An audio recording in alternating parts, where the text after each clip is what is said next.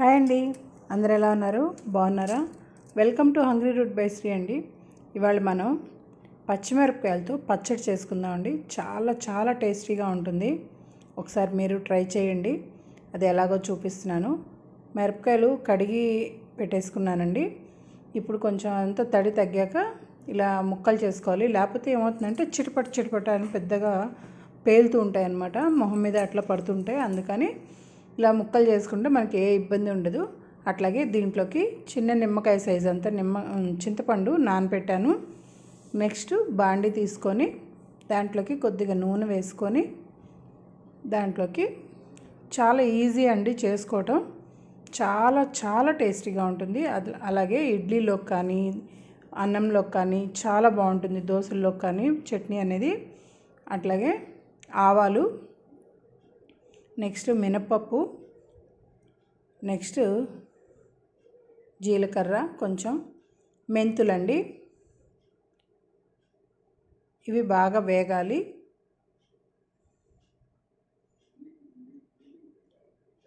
వేగాక మనం పచ్చిమిరపకాయలు కాబట్టి ఇంకా ఎండుమిరపకాయ వేసుకోక్కర్లేదన్నమాట. నెక్స్ట్ ఇంగు అండి. ఈ ఇంగు వల్ల ఈ పచ్చడికి చాలా టేస్ట్ వస్తుంది. కొంతమంది ఏంటంటే ఇంగు వేసుకోకుండా మన వెల్లుల్లిపాయలు ఉంటాయి కదండి, అవి వేసేసుకుంటారు. మేము వెల్లుల్లిపాయ వేసుకోకుండా ఇట్లా చేస్తున్నాను. నెక్స్ట్ మనం కట్ చేసి పెట్టుకున్న మిరపకాయలు కూడా దీంట్లో వేసేసాను. అవి కొంచెం బాగా మగ్గాలి. సాల్ట్ చల్లుకున్నాను, సరిపడినంత సాల్ట్. అంటే కొంచెం ఇప్పుడు వేసుకొని మళ్ళీ చట్నీ మనం మిక్సీ పట్టేటప్పుడు మళ్ళీ ఇంకొంచెం వేసుకోవచ్చు. చూసారు కదా, ఇట్లా వేగుతున్నాయి. మధ్య మధ్యలో మూత తీసి మనం తిప్పుతూ ఉండాలన్నమాట. చాలా తొందరగా మగ్గిపోతాయండి. చాలా టేస్టీగా ఉంటుంది.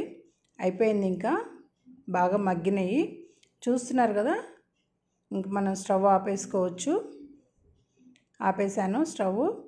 ఇప్పుడు మనం దీన్ని కొంచెంసేపు చల్లారనిద్దాం. దీంట్లోకి చింతపండు కూడా వేసేసుకుందాం.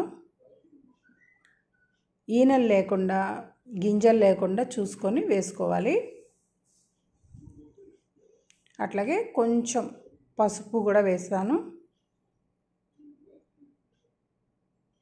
కొద్దిగా బెల్లం పడుతుందండి.